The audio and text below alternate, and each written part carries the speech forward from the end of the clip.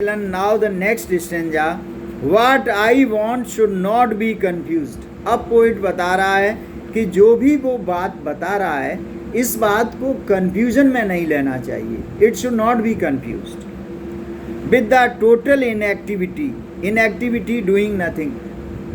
Poet का मतलब ये नहीं है कि हम निकम्मे हो जाएं, सब छोड़ दें, काम करना छोड़ दें. जिंदगी जो है चलती का नाम गाड़ी है. ज़िंदगी कभी रुकती नहीं, हमेशा चलती रहती है. तो वो ये नहीं चाहता कि हम इनएक्टिव हो जाएं, लेजी हो जाएं या हम सब कुछ बंद कर दें. No, that is not the aim of the poet. Life is what it is about. Life क्या है? The name of life is it is going on, it never stops. जीवन कभी रुकता नहीं, it always goes on. I want no truck with death. Poet का मतलब ये है कि अगर आदमी बिल्कुल इनएक्टिव हो जाएगा, काम धंधा सब छोड़ देगा, मोशनलेस हो जाएगा, तो वो तो एक तरह से डेथ है.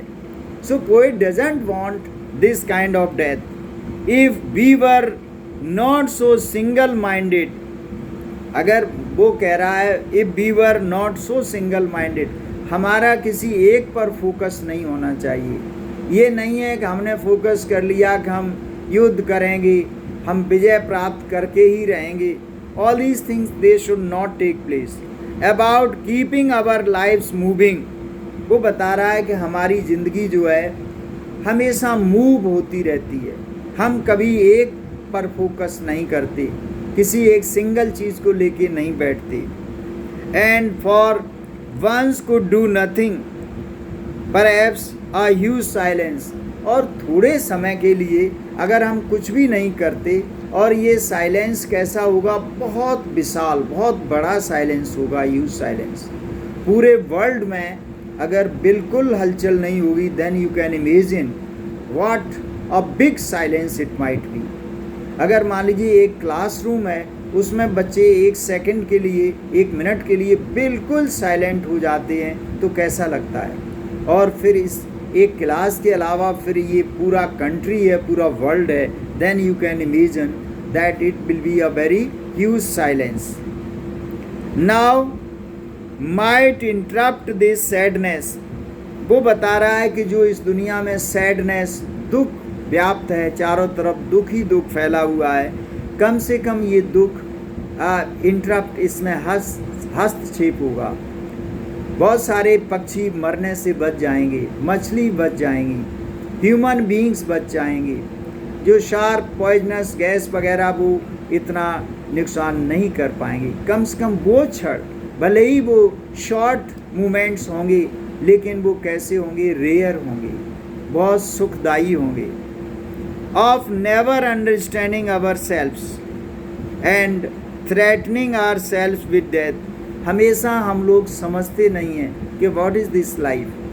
इसको हम हमेशा जो है causing threat to our death, हमेशा हम करते क्या रहते हैं? We are always you see throwing our life into danger.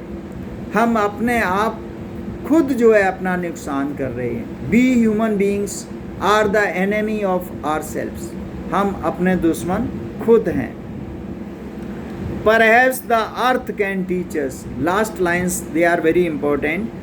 Perhaps the earth can teach us. बहुत सारी चीज़ें हमें इस अर्थ से मिलती हैं. अर्थ में देख लो कि कभी भी ये नहीं है कि सर्दी है तो हमेशा सर्दी बनी रहे.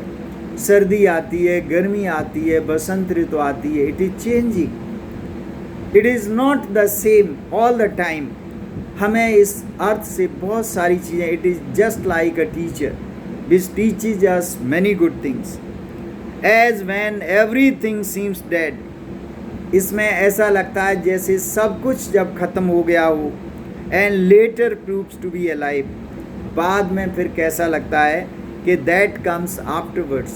जैसे मान लीजिए एक किसान खेत में बीज बो देता है, वो सॉइल में अंदर चला जाता है, लेकिन कुछ समय के बाद हम देखते हैं कि स्प्राउट के रूप में, प्लांट के रूप में ऊपर आ जाता है. तो इसी तरह से पृथ्वी जो है, इसमें पहले विंटर आती है. विंटर में चारों तरफ जो है कैसा एटमॉस्फेयर हो जाता है. विंटर के बाद में फिर समर आती है, समर के बाद में फिर रेनी सीजन आता है। तो अर्थ जो है it provides us everything and it is always changing its season. Now I will count up to 12 and you keep quiet and I will go. अब पोइट अंत में फिर वही मैसेज देता है। वो क्या करना चाहता है? He would like to count from 1 to 12 और वो चाहता है, हमें मैसेज दे रहा है कि हमें चुपचाप शांत रहना चाहिए। Neither we must move our hands nor any weapons, there must be no killing, there must be perfect silence all over the world. That is what the poet is advising us, and in this way we will spread peace and harmony all around.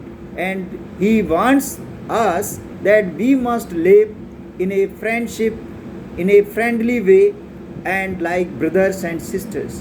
There must be no enmity, there must be no wars, and there must be perfect peace and harmony all over the world. I hope you have understood the poem by now.